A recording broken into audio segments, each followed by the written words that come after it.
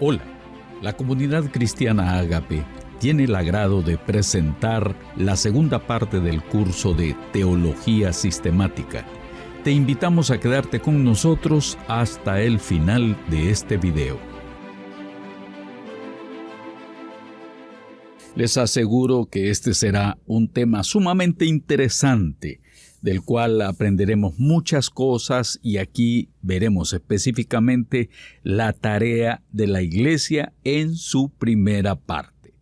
Durante el desarrollo de este tema vamos a ver los siguientes puntos: la predicación del Evangelio de Jesucristo, la formación del discípulo, el sistema cúltico de la Iglesia, la unidad de la congregación, el promover la espiritualidad familiar y congregacional y otros temas que tienen que ver mucho con la tarea de la Iglesia. En esta primera oportunidad vamos a hablar acerca de la predicación del Evangelio de Jesucristo. Este es el tema en el que nos vamos a ocupar en estos momentos, la predicación del Evangelio de nuestro Señor Jesucristo. Trata de quedarte hasta el final porque te aseguro que esto estará interesante. Si no te has suscrito al canal, te invito a hacerlo. Y no te olvides de darle clic a la campanita de notificaciones para que se te avise de los nuevos videos. Pues bien, vamos a volver al tema. Número 1, dijimos, la predicación del Evangelio de nuestro Señor Jesucristo. En la Biblia leemos en Mateo 28, 18 al 19, que dice: Y Jesús se acercó y les habló diciendo: Toda potestad me es dada en el cielo y en la tierra. Por tanto, id y haced discípulos a todas las naciones, bautizándolos en el nombre del Padre y del Hijo y del Espíritu Santo. Y si nos vamos un poquito por el libro de los Hechos de los Apóstoles, en el capítulo 5, verso 42, leemos que dice: Y todos los días en el templo y por las casas no cesaban de enseñar y predicar a Jesucristo. La Iglesia no debe perder ese norte, el de predicar el santo Evangelio de nuestro Señor Jesucristo, su principal tarea. Pero, ¿qué es en sí el Evangelio de Jesucristo? Porque muchos, si empezamos a decirle a la gente afuera qué piensa usted que es el Evangelio de Jesucristo, nos van a decir diferentes opiniones al respecto. Pero veamos qué dicen los diccionarios bíblicos. Aquí nos hablan de que el Evangelio de Jesucristo es la gozosa proclamación de la actividad redentora de Dios en Cristo Jesús para salvar al hombre de la esclavitud del pecado. Es decir, para salvar a la persona de la esclavitud del pecado. Es el mismo mensaje que proclama el cristianismo, la salvación por medio de Jesucristo. Y la palabra evangelio indica el contenido del mensaje de Jesús, la buena nueva o alegre noticia de la salvación. Por esto Jesús llama a un cambio de mentalidad y de actitudes, que es lo que llamamos la conversión, para creer en el Evangelio, porque el reino de Dios está cerca. También nos ayuda a entender esto Marcos capítulo 1, del 14 al 15. Dice: Después que Juan fue encarcelado, Jesús vino a Galilea predicando el Evangelio del reino de Dios, diciendo: El tiempo se ha cumplido y el reino de Dios se ha acercado. Arrepentíos y creed en el Evangelio. Pero aquí es donde viene la centralidad del asunto, mis queridos hermanos y hermanas. El Evangelio es buena noticia, pero una buena noticia que habla de arrepentimiento y conversión. Si nos vamos al griego koiné, o sea, común, en que fue escrito el Nuevo Testamento, y vamos a ver en el diccionario Strong, en el griego, nos dice ahí la palabra metanoia, que se traduce por culpa, se traduce por reversión, se traduce como arrepentimiento o arrepentirse. Entonces, como quien dice, dar media vuelta de donde uno iba, cambiar de dirección. Arrepentimiento por la vida desperdiciada en el pecado. Esa palabra está ligada a otra que significa pesar y lamentarse. Es sentir pesar y lamentarse de todos los pecados cometidos. Arrepentimiento. Y la otra palabra, cuando el Señor estaba diciendo arrepentíos y creed al Evangelio, habla también de pisteos, pistis, de tener fe, de dar crédito, de fiar, de confiar, de creer, de ser creyente. Por eso habla de metanoia y de pisteo, que significa entonces arrepentirse y creer. Ahí es el llamado que tiene el Evangelio a toda persona. Arrepiéntase y crea. Así que quien quiere ser discípulo de Cristo habrá de haber experimentado el arrepentimiento y la fe en Jesús como su Señor y Salvador. La Biblia entonces nos está hablando del nuevo nacimiento. El llamado de la iglesia o su predicación es a que las personas, hombres y mujeres, deberán arrepentirse de todas aquellas cosas que han violado la ley de Dios, de aquellos actos de injusticia, de aquel daño al prójimo, de aquel engaño que se ha hecho contra otros, el robo y muchas otras cosas más que se pudieron haber cometido. Arrepentimiento de todo aquello que ha hecho uno obedeciendo más bien a las fuerzas de las tinieblas. Y si alguno pregunta qué tipos de pecados señala la Biblia, permítanme recordar lo que el apóstol San Pablo señaló en Romanos 1, 29 al 32, porque ahí es donde describe realmente la naturaleza humana común. Pablo decía, estando atestados de toda injusticia, fornicación, perversidad, avaricia, maldad, llenos de envidia, homicidios, contiendas, engaños y malignidades, murmuradores, detractores, aborrecedores de Dios, injuriosos, soberbios, altivos, inventores de males, desobedientes a los padres, necios, desleales, sin afecto natural, implacables, sin misericordia, quienes habiendo entendido el juicio de Dios, que los que practican tales cosas son dignos de muerte, no solo las hacen, sino que también se complacen con los que la practican. Y por otro lado, también Pablo nos dice que existen los llamados frutos de la carne, es decir, de la naturaleza humana sin Dios.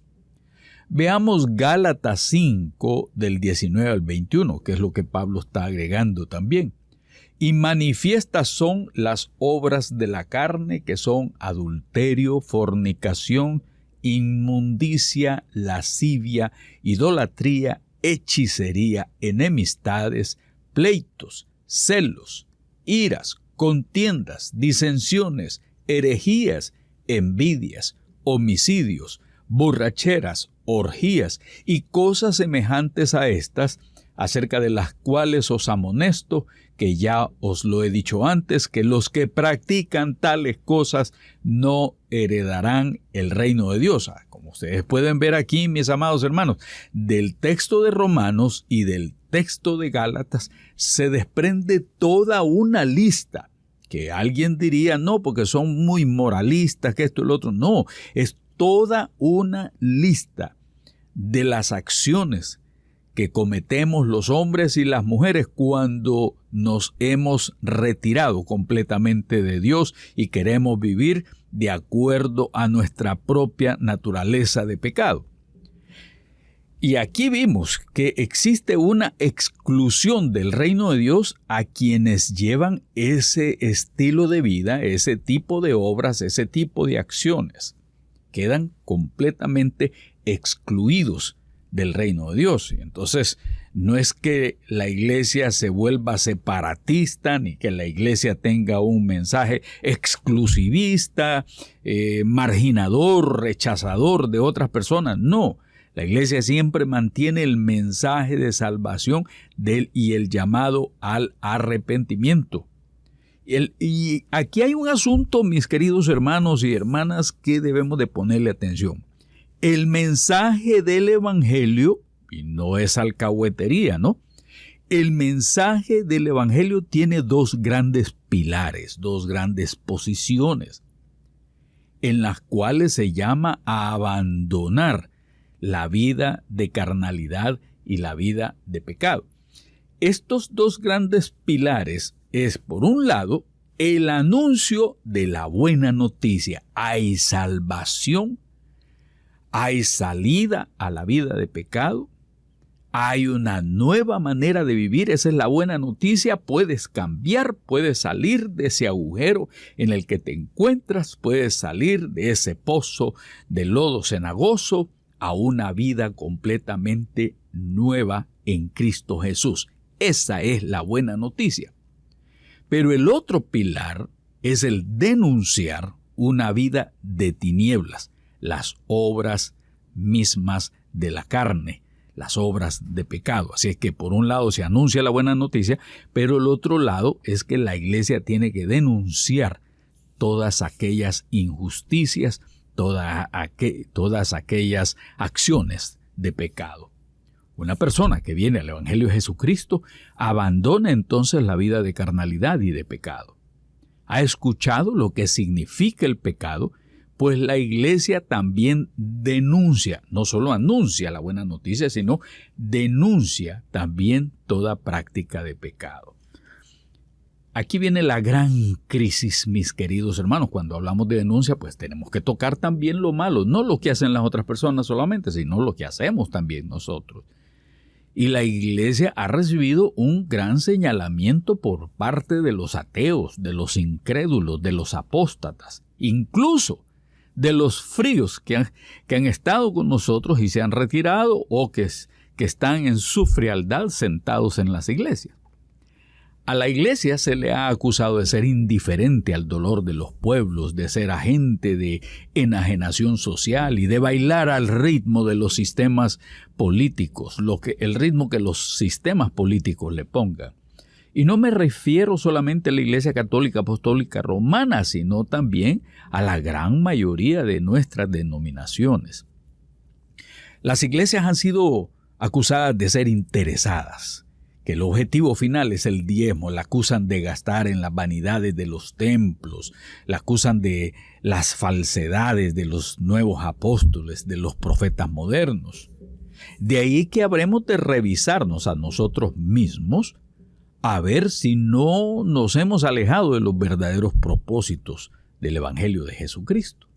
Ahora bien, debemos admitir que es tanta la crisis en la que hemos caído en nuestros tiempos, en que muchas congregaciones lo que están haciendo es puro show, con conciertos, luces de colores, con ese humo, el fog, con esos mismos estilos de los conciertos seculares o mundanos.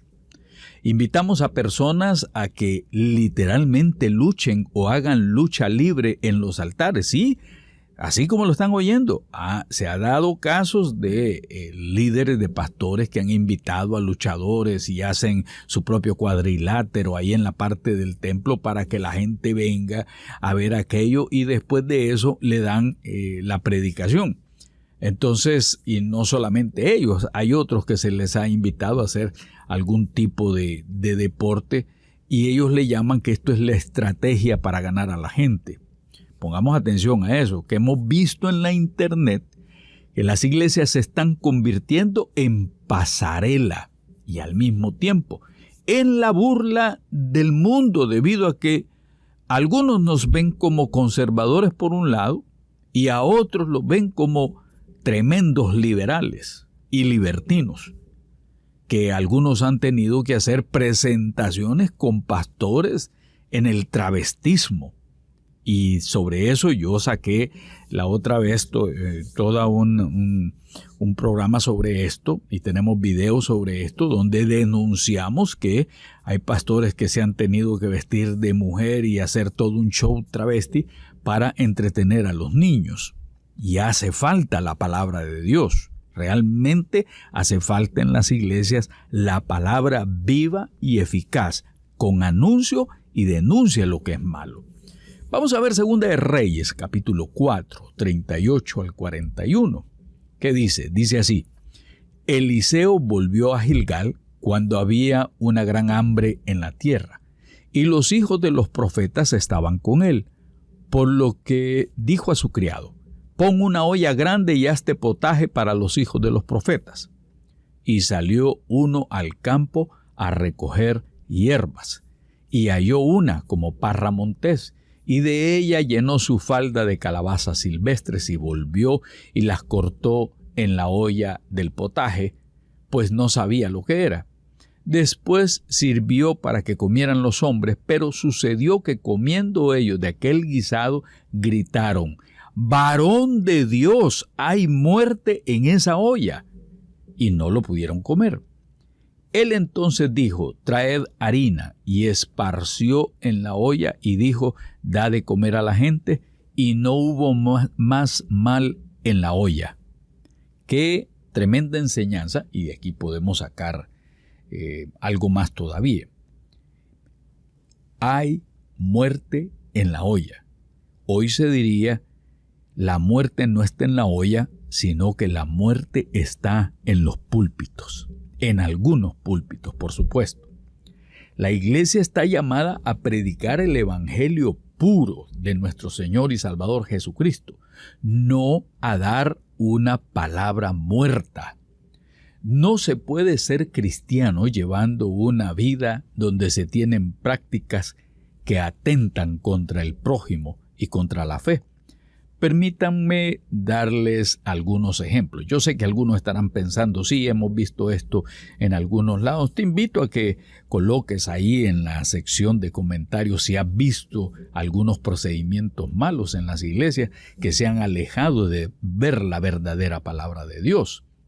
Pero es aquí donde comúnmente muchas agrupaciones cristianas asumen el papel del camaleón, es decir, cambian de colores según la ocasión. Hubo iglesias que negociaron la salvación. En la historia la iglesia está, no lo podemos quitar, no lo podemos borrar, está en la historia. Es decir, vendieron a cambio de oro, a cambio de plata, a cambio de terrenos, a cambio de propiedades, la salvación con las llamadas indulgencias. Y tú te preguntarás: ¿y qué eran las indulgencias? La doctrina de las indulgencias es un concepto de la teología católica estrechamente ligado a los conceptos de pecado, penitencia, remisión y purgatorio. En su formulación común consiste en que ciertas consecuencias del pecado, como la pena temporal del mismo, puedan ser objeto de una remisión o indulgencia, del latín indulgentia, bondad, benevolencia, gracia, remisión en favor concedida. En este caso, mis queridos hermanos y hermanas, en este caso eran vendidas por determinados representantes de la iglesia y bajo ciertas condiciones. Aquí tanto los líderes religiosos como el resto de las estructuras que lo permitieron cayeron en la codicia, en la avaricia, en el engaño, en terribles pecados más. Se predicaba la religión como tal, mas no el evangelio de Jesucristo, puesto que se negociaba la salvación. Había muerte en la olla, había muerte en la olla. Lutero señaló este pecado de la iglesia con sus 95 tesis, siendo en aquel tiempo el mismo católico. Hoy día, en muchas iglesias evangélicas de corte independiente y otras más, aún denominacionales, han caído en la misma situación. venden la prosperidad económica a cambio de invertir en sus propias bolsas de valores de los falsos profetas y de los falsos apóstoles modernos. La buena noticia de una vida transformada por el poder de Dios ahora se convierte en el botón que impulsa el deseo de tener dinero y demás bienes materiales. En vez de la predicación, ahora encontramos en los púlpitos a los grandes motivadores de la prosperidad. Hablan de cómo tener éxito en la vida, cómo ser prosperado. Entonces, ¿qué hacen? Le compran los libros a estos grandes motivadores de las empresas privadas y simplemente le ponen unos cuantos versículos y se meten a los púlpitos a andar dando seminario de esto, seminario de lo otro, seminario de la economía próspera, seminario de cómo ser influyente, etcétera, etcétera, etcétera, pero no dan seminarios de cómo ser verdaderos servidores de Jesucristo a la manera de Jesús. La respuesta, pues, ellos dicen ofrendando o diezmando para la causa, pero es la causa de ellos mismos. Hay muerte en esa olla. La iglesia debe denunciar el pecado, no casarse con el pecado. Y hay iglesias que para no perder adeptos, para no perder miembros, han tenido que hacerlas del camaleón, cambiar de colores según la ocasión. Han dejado entrar las ideologías de turno.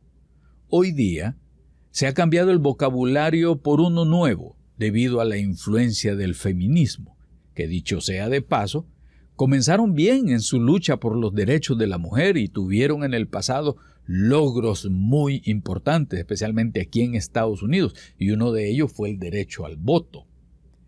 Hoy día es una confusión en la que los gobiernos mismos han caído y las ideologías están haciendo su efecto, y muchos, para no desfasarse, han tenido que bailar a ese mismo ritmo. Hay muchas ideologías, como la ideología de género, las ideologías socialistas, las ideologías del capitalismo mismo, las ideologías de izquierda, las ideologías de derecha, etcétera, que están luchando por cambiar la mentalidad de la gente. Y muchas iglesias se han dejado arrastrar por muchas de estas ideologías. Otras congregaciones cayeron en la vida burguesa llena de comodidades en las que se olvidaron de los sectores más pobres. Se olvidaron de la predicación del Evangelio a los más necesitados. Hemos invertido el dinero en comodidades internas de los templos, en los edificios. Hemos convertido los altares en una imitación de los conciertos de hip hop, de K-pop, o del K-hip hop, o como si fueran conciertos de música de Metallica o de reggaetón, todos con humo, con luces de colores y exaltación de los ánimos con gritos y los famosos llamados "dale un grito de júbilo al Señor". La buena noticia de cambiar la manera de pensar y el estilo de vida para seguir el ejemplo de Jesucristo no debe de cambiar. No se puede comprometer el Evangelio. No es apostar al conservadurismo tampoco de los himnos de hace 200 años, ni del sistema de culto con xilófono, con órganos o piano solamente, sino de ser agentes de transformación de una sociedad que se pierde. Es la de no comprometer el verdadero Evangelio con las ideologías de turno. Las iglesias están claramente opuestas al ocultismo debido a su mensaje, opuestas a la práctica esotérica y de brujería. Pero algunas congregaciones camaleónicas celebran disimuladamente el Halloween de una forma solapada, con disfraces sangrientos como los que se dieron en algunas iglesias en Europa. Como dije antes, la iglesia está llamada a ser luz, a ser sal de la tierra. Luz que alumbra en medio de las tinieblas y sal que impide la corrupción total. Yo leo de nuevo Mateo 28, 18 al 19, que dice: y Jesús se acercó y les habló diciendo: toda potestad me da en el cielo y en la tierra. Por tanto, id y haced discípulos a todas las naciones. O sea, el llamado es a ser alumnos, a ser seguidores de Jesucristo. Y qué privilegio más grande para los pastores, para los evangelistas, maestros, maestras y de todos los miembros de la iglesia, el de predicar el bendito y santo evangelio de Jesucristo. Un evangelio no adulterado, no camaleónico, no un evangelio adaptado a los desórdenes sociales, ni a las corrientes convencionales, ni a cualquier otro tipo de desorden ni manipulación político-económica. Debemos seguir predicando, y hoy con muchísima razón, el nuevo nacimiento, el arrepentimiento y la fe en Cristo Jesús, antes de que las cosas se pongan peores. Oremos para que nuestras iglesias no se desvíen hacia un fanatismo, ni a una actitud irracionalista de los cambios, pero sí de cara siempre a las buenas nuevas de salvación en Cristo Jesús. Fidelidad, mis queridos hermanos, fidelidad al Evangelio de Jesucristo. Si este video te ha gustado, suscríbete al canal y dale clic a la campanita de notificaciones. Déjanos tu like y tus comentarios en esta página. Me gustaría saber desde dónde nos escribes. Recibe un fuerte abrazo y muchas bendiciones en Cristo Jesús.